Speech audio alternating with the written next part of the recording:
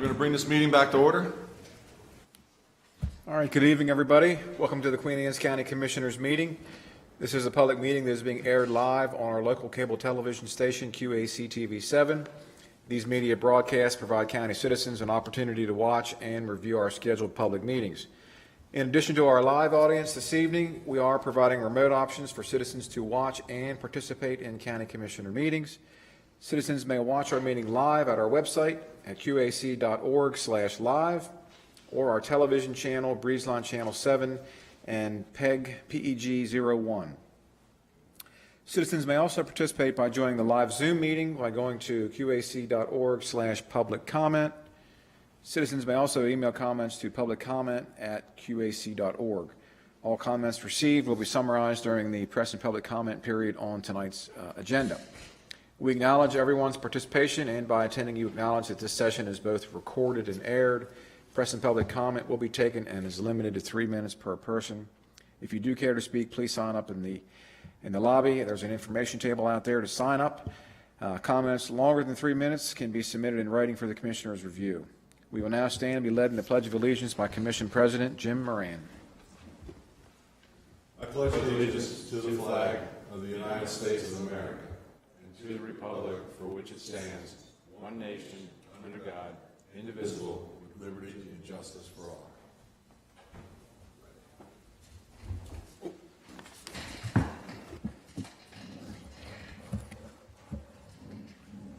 All right, folks, we do have a quorum here. We have Commissioner Corcorino, who is joining us via Zoom from abroad tonight, and he's in London, and we have Commissioner McLaughlin, who's making his way to the bench. So, Commissioners, we can move to approve tonight's agenda. So our agenda for today's meeting, June 25th, along with the regular session minutes, the closed session minutes, and from June 11th, they've all been circulated for review. Do we have any additions or corrections? A motion to approve the agenda and minutes as submitted. Second. All in favor? Aye. Opposed? So moved. All right, thank you, Commissioners.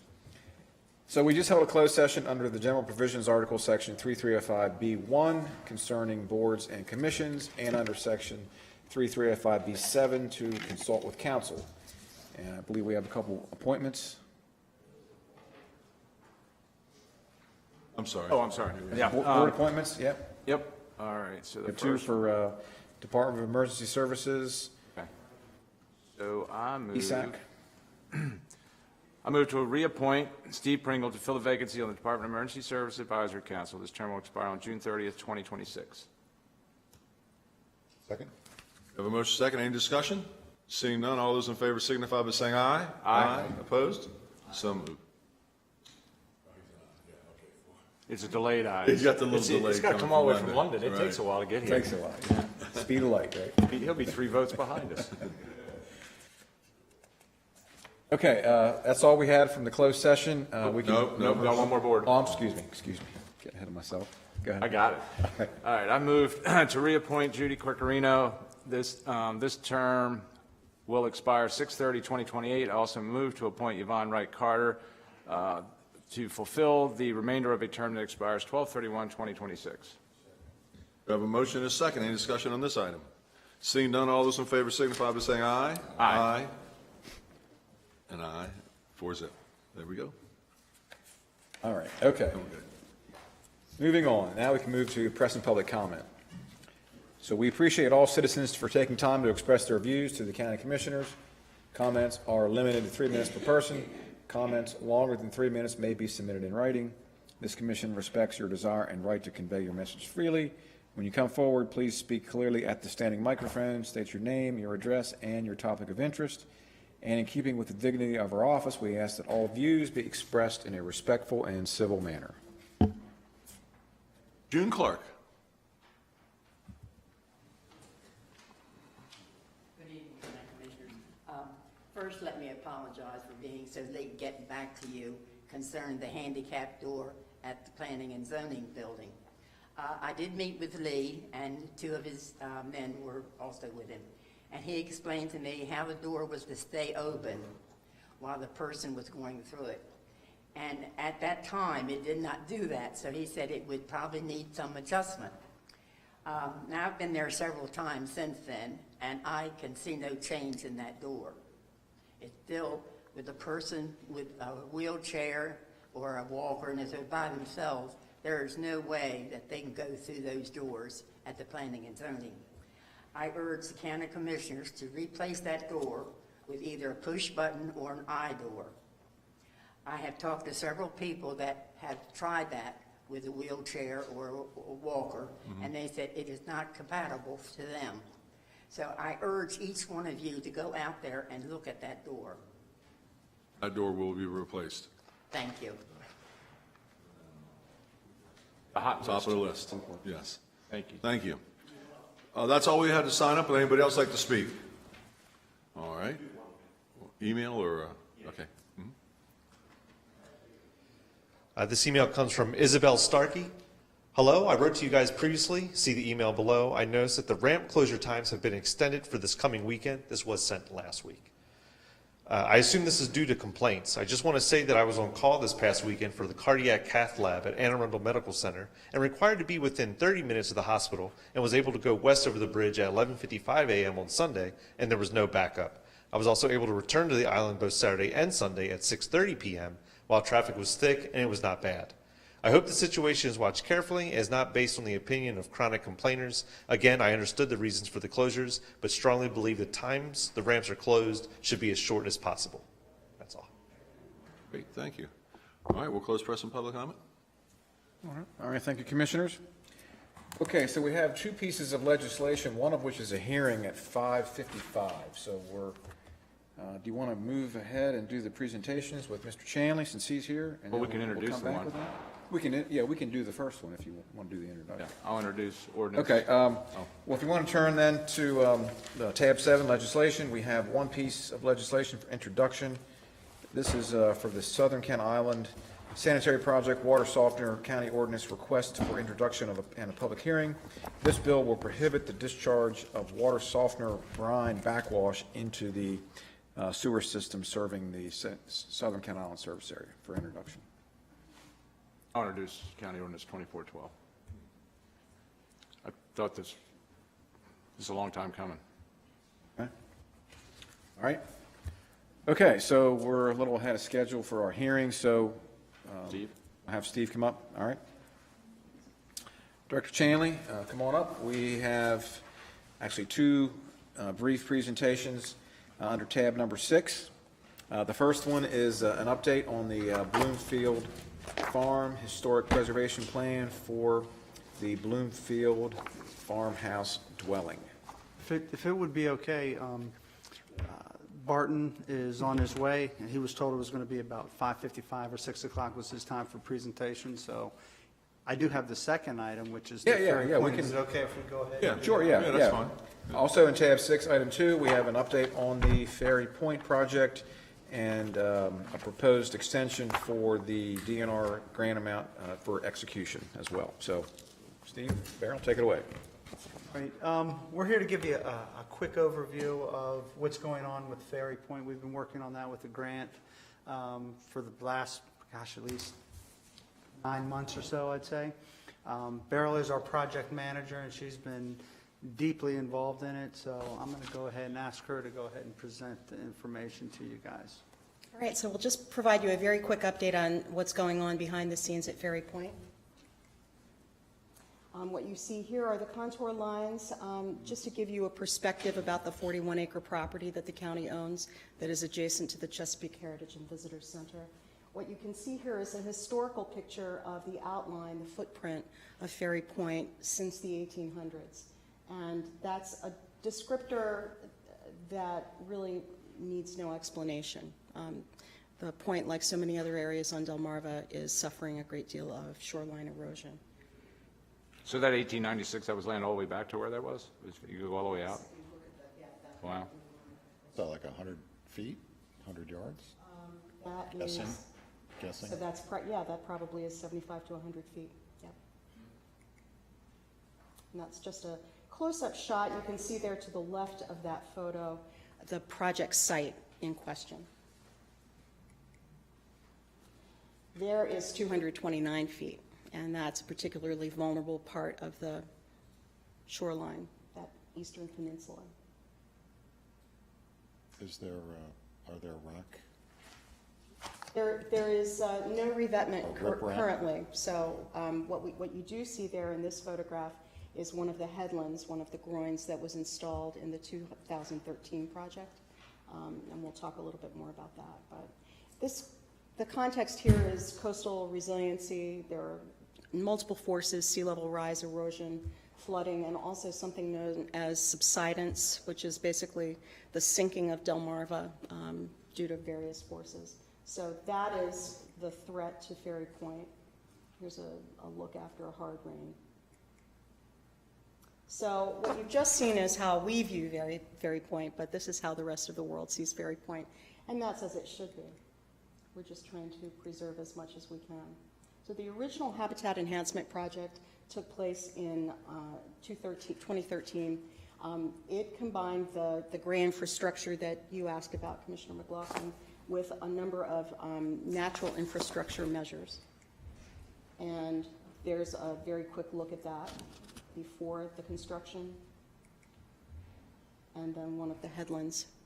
There are 5 headlands presently at the site. Marsh restoration in the form of marsh hay plantings and dredge material placement was also used. What I've done here is to highlight those structures. You can see the headlands there at the top left and the top right over to the right. We have 5 of those groins or rock structures, and then I've also highlighted where we did a number of plantings. So that was in 2013. Current status is that we are continuing to monitor with the cooperation of DNR. DNR was integral in achieving for us a FY24 grant. The grant agreement that we have before you this evening for signature is an extension. We got a 6-month grant agreement. We need a little more time to do the permitting and a little bit of design and redesign. So we're about 60% through the design process, and we are awaiting news about the FY24 grant application that we made in December. So we're hopeful about that. That's the project site. And this is an over-exaggerated shot of a revetment, just to give folks a sense of what a gray infrastructure or revetment would look like. The redesign involves a revetment there where you see the black line. The yellow reflects cobble and sand. We have at the very top with that gray bar, we have a rock splash apron and then plantings included. This photograph is unremarkable until you see the next photograph. So if you take a look at how the tree in this shot is leaning, that was in September.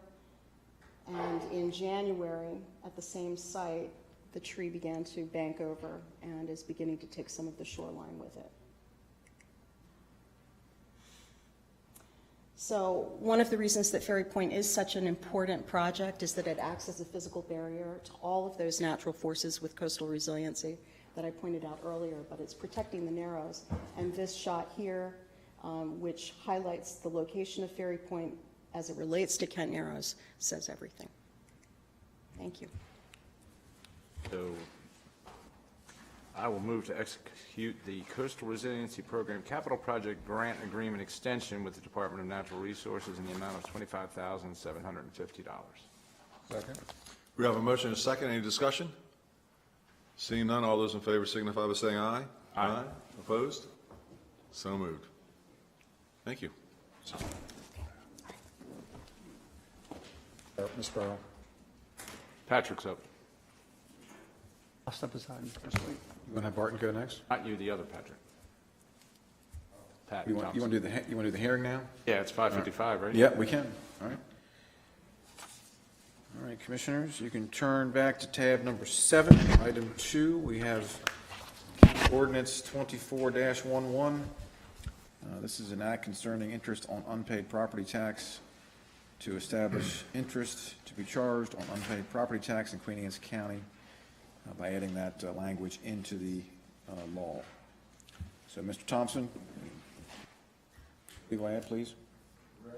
Yep. On May 28, 2024, Commissioner Doombell introduced county ordinance 21 bill entitled an act concerning the interest of unpaid property tax for the purposes of establishing the interest to be charged on unpaid property tax in Queen Anne's County by adding section 5-2.1 to the Code of Public Local Laws. This hearing being held Tuesday, June 25th, 2024 at 5:55 p.m. in the County Commissioners Meeting Room, Liberty Building, 107 North Liberty Street, Centerville, Maryland. Copies of the ordinance have been available at the County Commissioner's Office, Department of Planning and Zoning, and online on the Queen Anne's County website. Speakers will be limited to 3 minutes each. Written testimony of any length can be submitted on before the hearing date to the county commissioners. All hearing sites are accessible to individuals with disabilities. Sign language interpreters and assistive listening systems are available.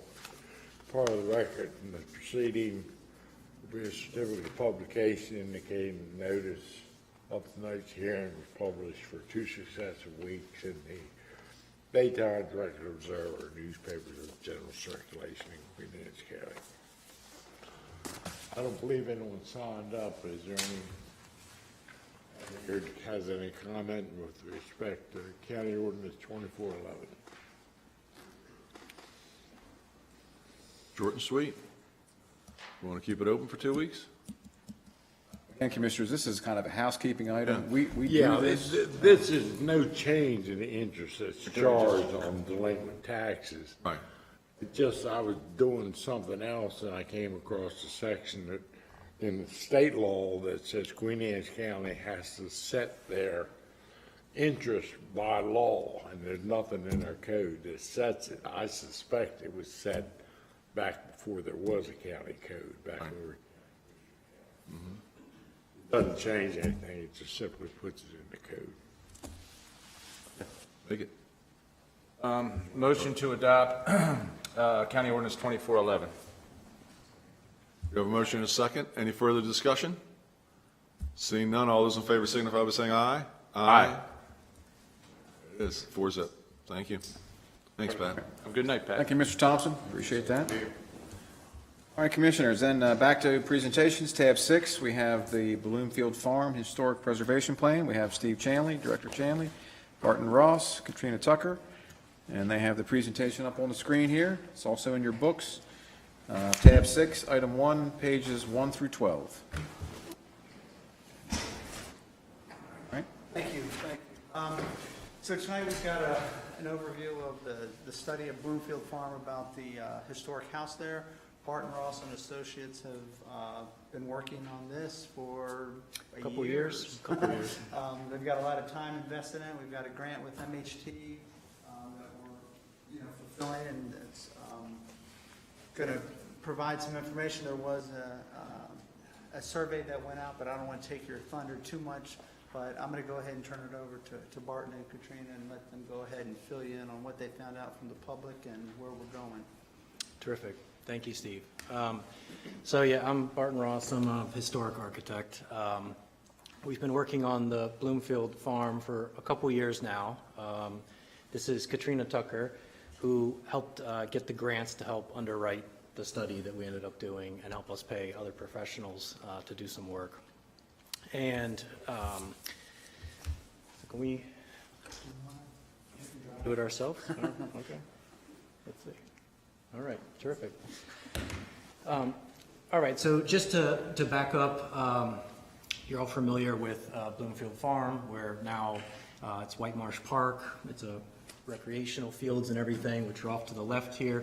This is actually a photo from 2002, 2003, when the Riggs family was still farming it, and they farmed approximately 2,000 acres at the time. And the Eastern Shore Land Conservancy stepped in to help preserve the land. It's a little over 300 acres, and they were able to purchase it around 2006, and then they transferred it to the county shortly thereafter, and then the ball fields ultimately came from that.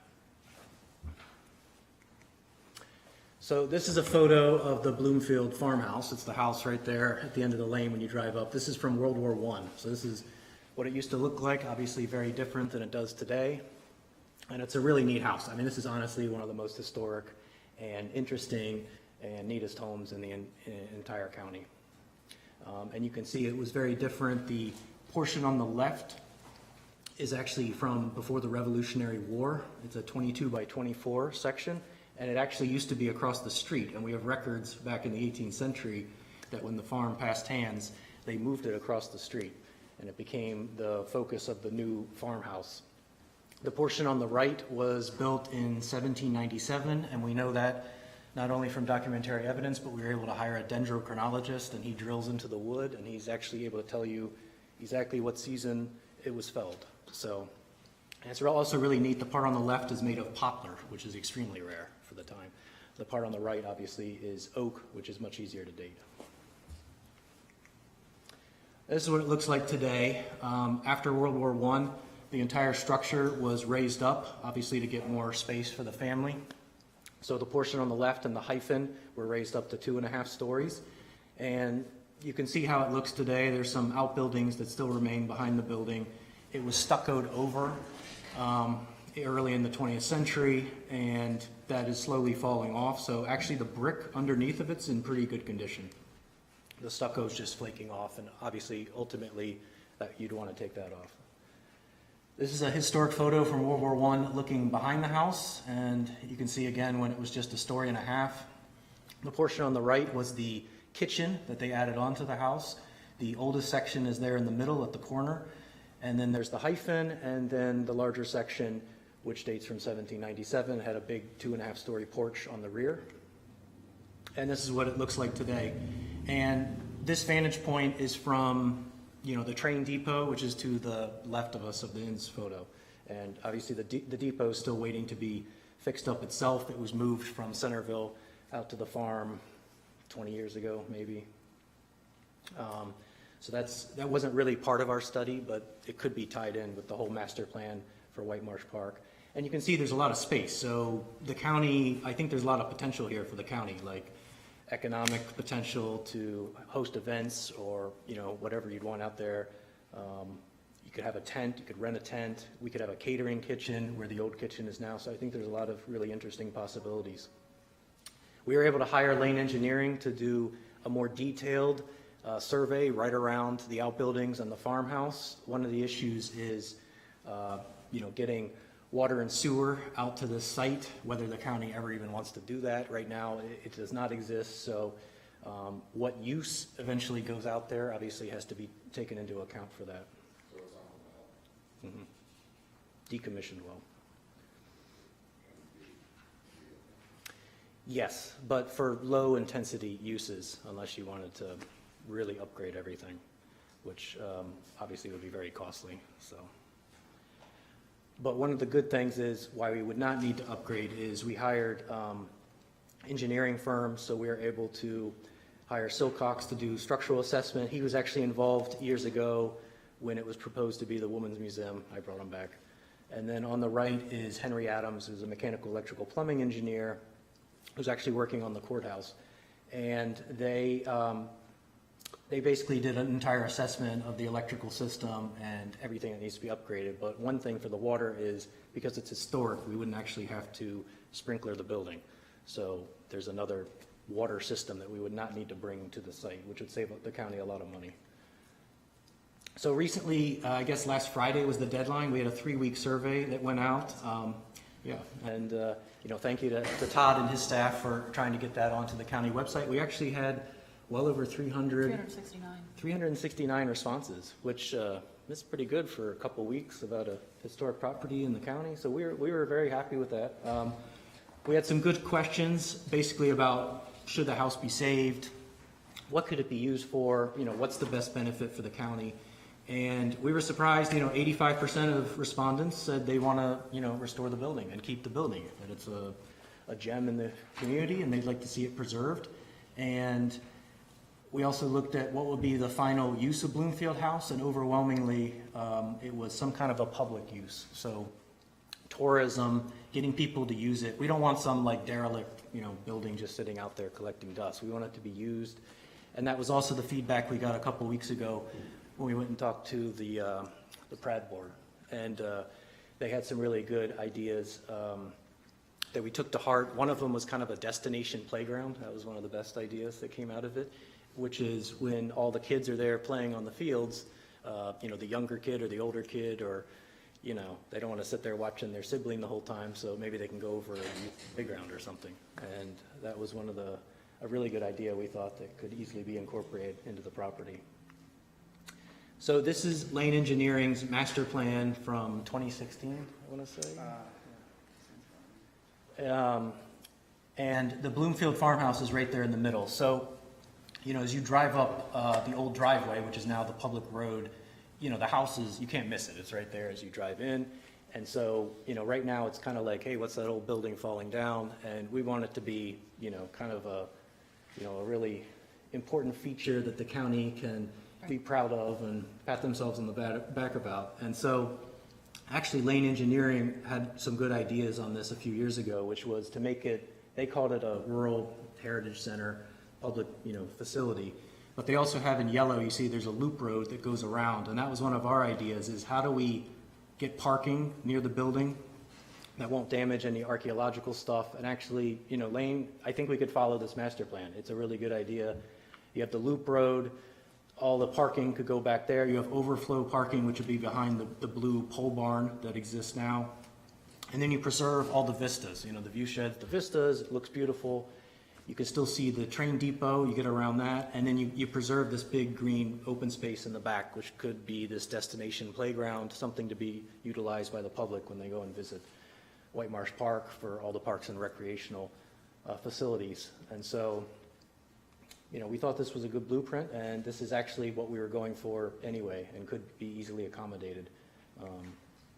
And so we did a 3D model as part of the project. And so our recommendation is to follow what Lane started to do. On the left side of the building, we'd really love to rehabilitate it back to what it used to be, basically restore it back to its pre-World War I appearance. And that should actually, hopefully, save the county money, because now there's a lot of square footage on 2 and 3 stories that now we wouldn't have to renovate. And it'd be really neat to kind of tell the story. And we're also, there's not a lot of public use to get into those upper stories, and we don't want to make this a big, museum white elephant thing for the county. We want it to be used. And so, I think Steve and his board were really helpful with us brainstorming ideas. And what we're thinking now is we could accommodate a catering kitchen in the back where the kitchen is now. In the oldest room, we could have kind of a formal meeting room, and also if there's any events or, handing out trophies to kids or some kind of presentation like that, that could accommodate that. We'd also have space for a classroom meeting room, an educational research facility or genealogy, which is some other things that people brought up, and space for Steve to have offices and a couple restrooms. So just single, ADA compliant restrooms. We could easily accommodate that. And so now we're not really using the upstairs as much, except for Steve would be able to have some offices and storage space for some of his employees up there. And we think that would work well. And ADA access wouldn't be a big issue. So now you have an entire first floor that's usable by the public, and not just, for a museum tour, although that could also be something that it's used for. But it would be meeting space and catering kitchen whenever the county wants to do outdoor events or some type of park and rec presentations.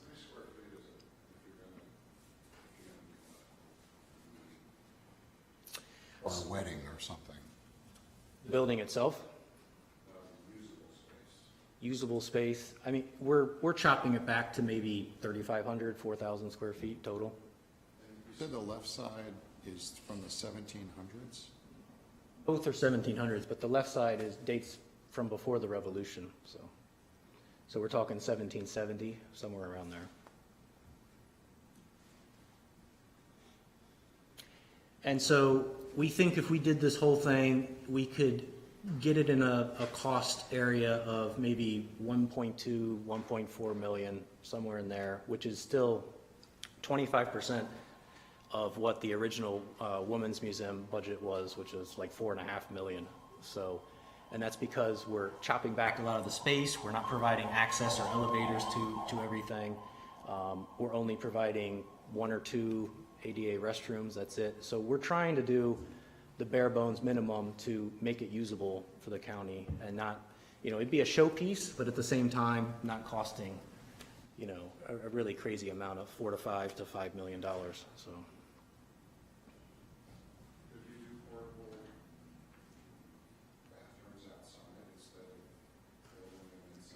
I think that would defeat the purpose of having, you know, it as a rentable space. If someone's gonna rent a building out like that, I think they're gonna look for an indoor structure. So what's your next step? Well, that's up to all of you, but our deadline, we're going to submit to the state of Maryland the end of next month, a final report, which obviously we'll provide to everyone, but And that's where you have to say what the uses are going to be, or is that? like final recommendations with cost estimates and everything. But before we finalize, we wanted to kind of present it to all of you and just get your take on it, so. The grants? So the grant was a Maryland Heritage Areas Authority grant, which is under the umbrella of MHT. So it was a non-capital grant that, and our final report, well, the project, per the grant, the project needs to be complete, all work with the project needs to be complete by the end of July. So that's why we'll have the report finalized. And so the grant was a matching grant. The county put in $17,500, and then the grant funds were $17,500 for the study.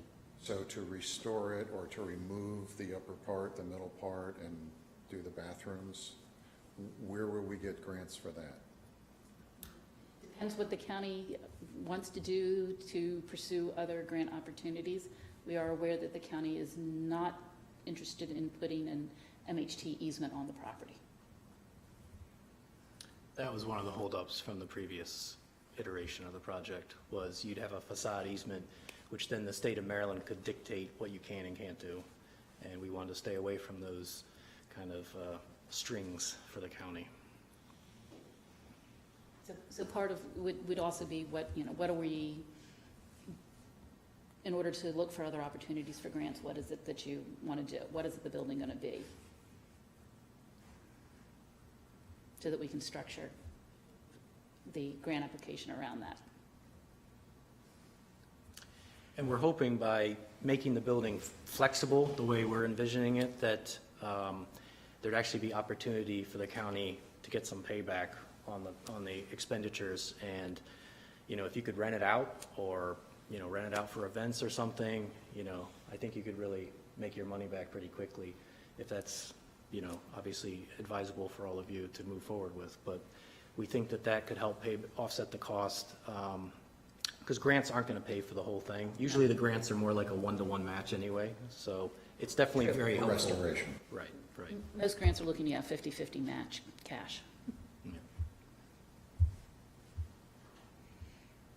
Very good. Thank you. Thank you. Thank you. Thank you. Thank you all. Steve.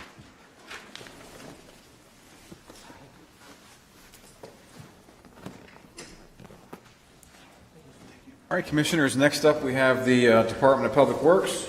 We've got a number of items this evening. So Mr. Quimby, Mr. Edgar, come on up.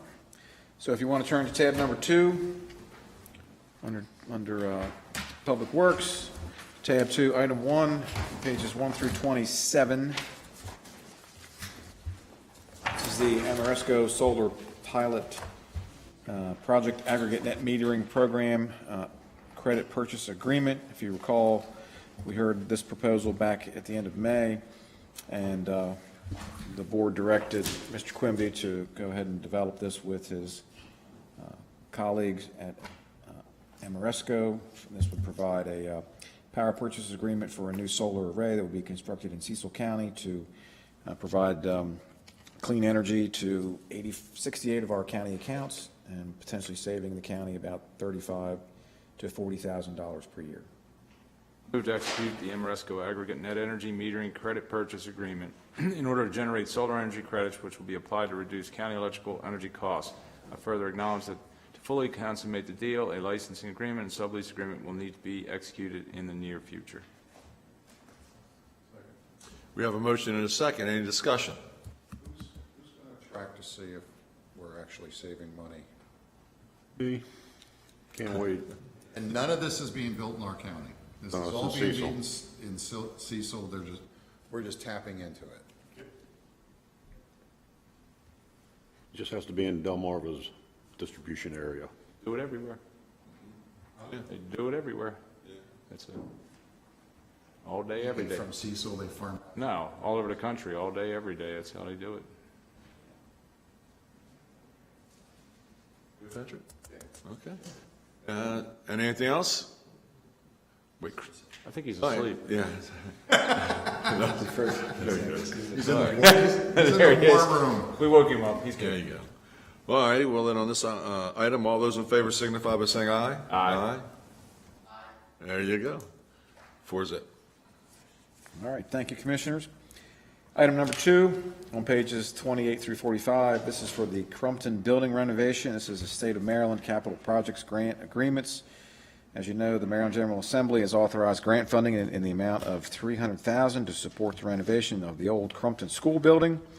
It's an existing unused former school located south of Crumpton for the purpose of serving the Pure Hearts Foundation as a recreational and education facility for children and adults with special needs. Move to execute the State of Maryland Capital Projects Grant Agreements in the amount of $250,000 and $50,000 for the Crumpton building renovations. We have a motion and a second. Any discussion on this item? Seeing none, all those in favor signify by saying aye. Aye. Aye. Aye. There we go. 4-0. Let's have it. Okay, thank you, Commissioners. The next 2 items are for the Roads Board. Make a motion to convene as a roads board. All those in favor? Aye. Aye. Okay, item number 3, pages 46 through 54. This is a contract award for rehabilitation projects in Shrewsbury Farm Lane and the Upland Lane subdivisions for a total amount of $767,302. I'll move to award the Shrewsbury Farm Lane and Upland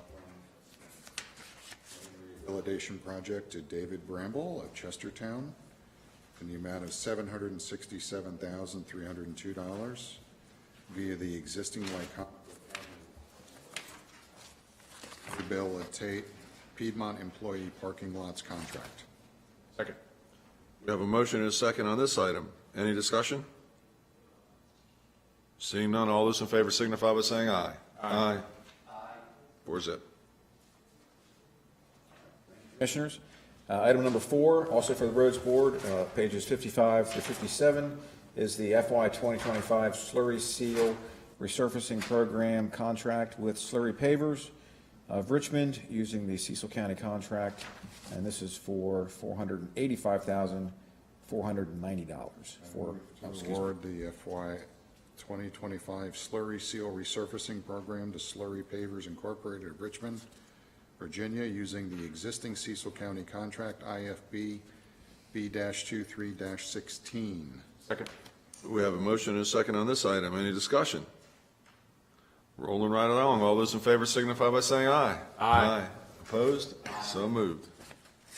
All right, thank you, Commissioners. That's all we had for the Roads Board. We have one item for the Sanitary Commission. Second. All those in favor? Aye. Commissioners, item number 5 on pages 58 through 115. This is the Southern County Island Sanitary Project Phase 3 MDE loan resolution and authorization to incur debt.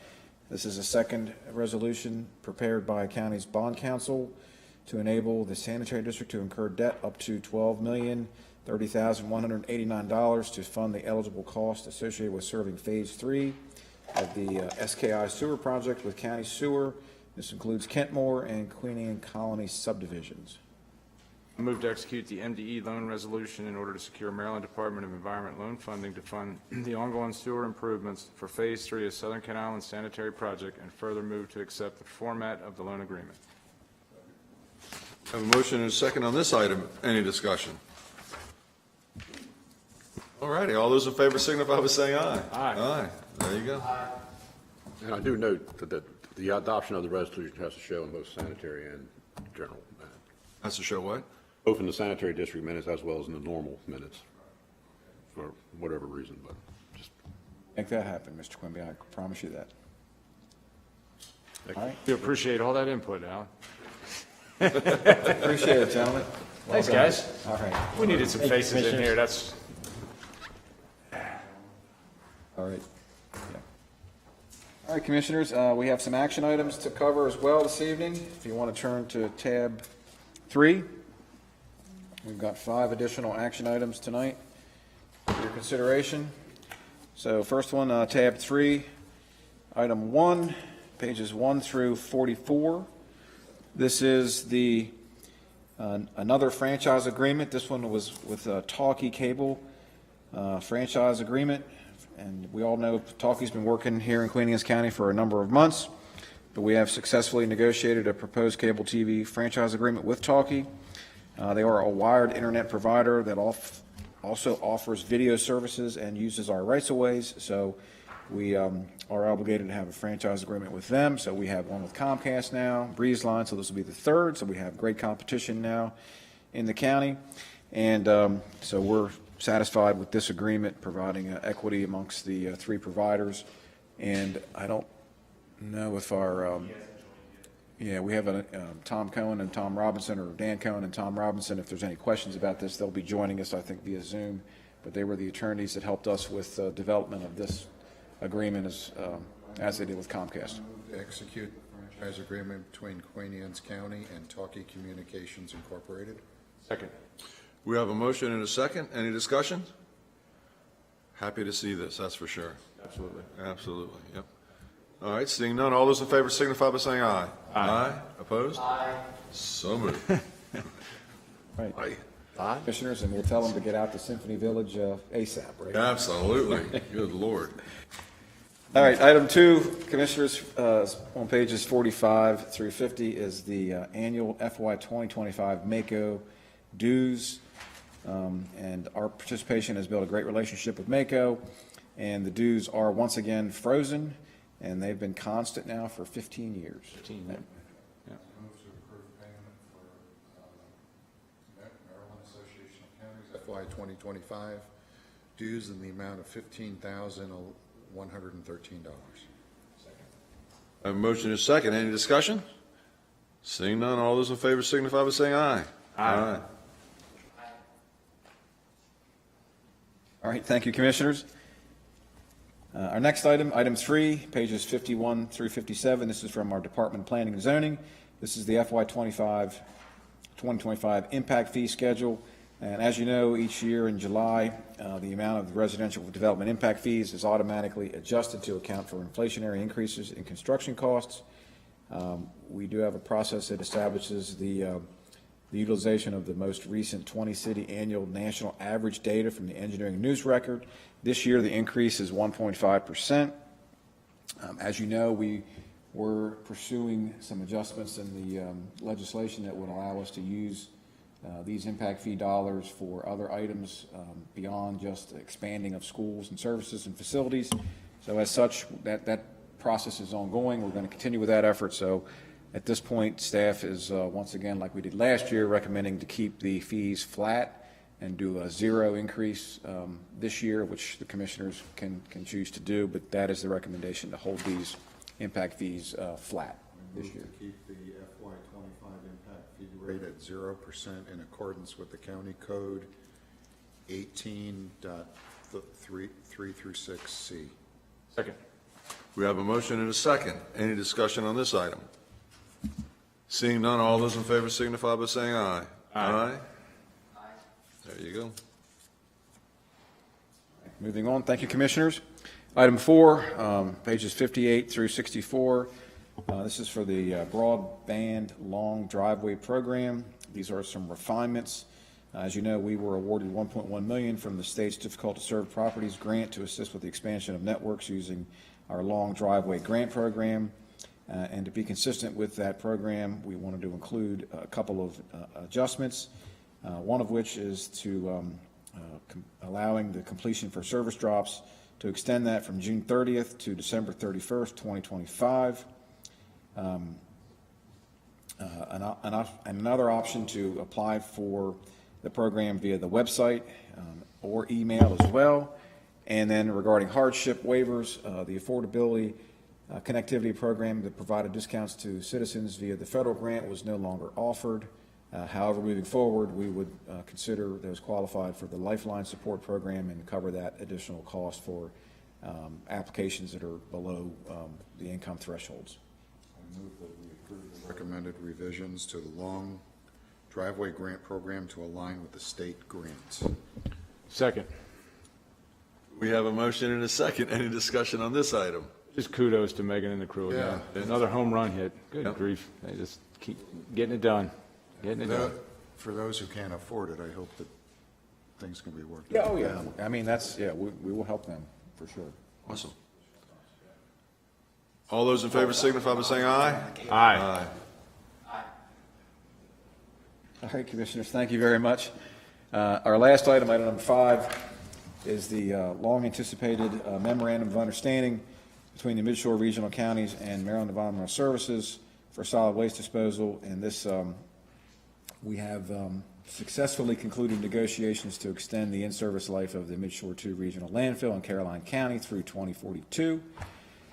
We have the attached agreement here before you. All 4 counties were considering this today. In fact, I will say that the agreement does provide the host fee to Caroline County, $3 per ton, beginning immediately through 2030, and then increasing that to $6 a ton through 2042.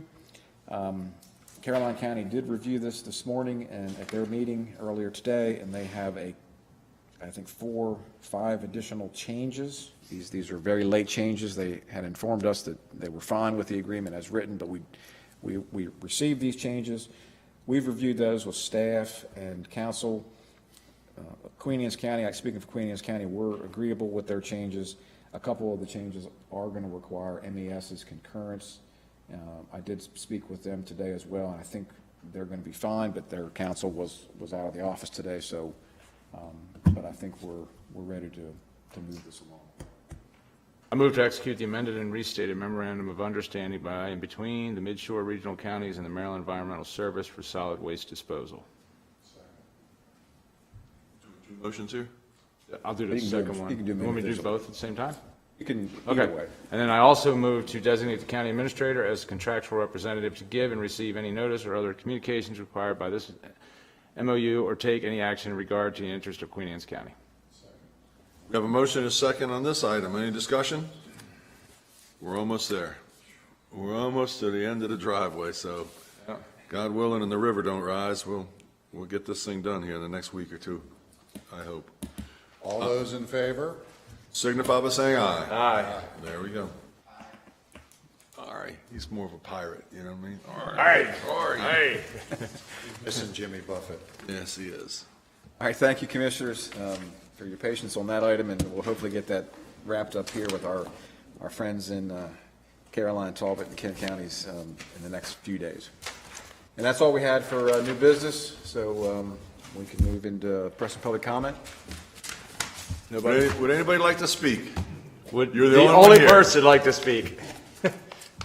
It's your chance. She's smiling, that's all that matters. Yes. Okay, So sleep well tonight. we tried. That's right. We tried. All right. Anything, Bruce, on the, all right, we're going to close press and public comment. And live from London, Chris, you're up.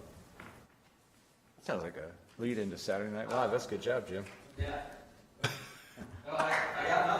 I got nothing. Okay. Very good. Don't start an international incident, please. How long you there for? Are you eating your bangers and mash or what? Is that, yeah. All right. There you go. You gonna go to St. Paul's Church? I'm working right now, but I'll be busy for stuff. Yeah, that's. Oh, you're in the commissioner room with your background. You like that? Yeah, that's pretty good. Yeah. That's pretty good. The books look pretty good. The record for the longest distance attendance, I think. There you go. Yeah, pretty much. Very good. Well, have a great time out there. Patrick, you're up. I'm glad to see that Charlie Rhodes is doing better. I just saw him like in Royal Farms and then boom. I was at the MML, the Maryland Municipal League. Municipal League. And lots of things that they're working on. And I enjoyed the College World Series and the Stanley Cup. Florida took home the Stanley Cup, so it's good competition. Anyhow, that's about it. Very good. Jay? Nope, I'm gonna stay consistent. We're rolling along, Jim. You're I'm doing a fine job. going to stay consistent. All right, I'm going to take a breather this week from talking about traffic. Please be patient. Real quick, though. Okay. No, seriously, no, just because it came out, was the comment that came up at President Public Health. What day was that she was referring to? Who? About the, Having to work at the cath lab? but more so like the timing day. Was that when it had increased or was it still the same? I was just curious. Had it gone to the 8 o'clock or was that still when it was at 6? No, that was when we went to 10. We're not at 8. We were at noon to 6, and then we went from 10 to 8. 10 to 8, okay. So it's 10 All to right, 8 time, right. So, and that's apparently that did seem to work better from some of the feedback I got, so. Yeah, it's just, everybody needs to be patient. We're not going to get rid of all the traffic. We're just not. So, if we can decrease your travel time from an hour to 30 minutes, then we're winning. But more to come. I mean, we just, this is, they're like ants. I mean, we close off this hole and that hole, and they go to different holes. So I got one for you. So came into town Sunday, was going back out 213, and as soon as I started heading that way, I was thinking, oh, this is a bad idea. And sure enough, I look ahead of me, coming up 213, and then coming off of 309, ants. That's what it reminded me of, just a steady line of cars, and they would not let me turn left there. I had to go all the way up to the college and loop around, because it was just, it was constant. I mean, the choke spot is, Dominion Road, all the way back to, the new substation at the Kent Narrows. It's just so many people pour off, and that's what we need to update ramp closures because, Chester River Beach definitely needs to be shut down, and one of the Narrows entrances need to be shut down to help control it. And I think, because that's where all the log jams are in the same spot. Right. But they are getting better. It's work in progress. Yeah. On Sunday, I went from the Queenstown outlets to the Kent Narrows, and I got stuck at Chester River Beach. It was backed up over the bridge, and that's okay. Were you on Chester River Beach? I was. Yeah, okay. Mhm. It took me 45 minutes to go from the outlets to Kent Narrows. But from Kent Narrows to Big Bats was clear. Right. Yeah, and that's just because they know, so we So mom and dads can get out of their house and they can go to Safeway and they can go to Food Lion and they can get gas on Saturdays and Sundays. Yep. Very good. All right, well, it's way past Chris's bedtime, so Motion to adjourn. Motion to adjourn? All those in favor? Aye. Good night, Chris. See you later, Maestro.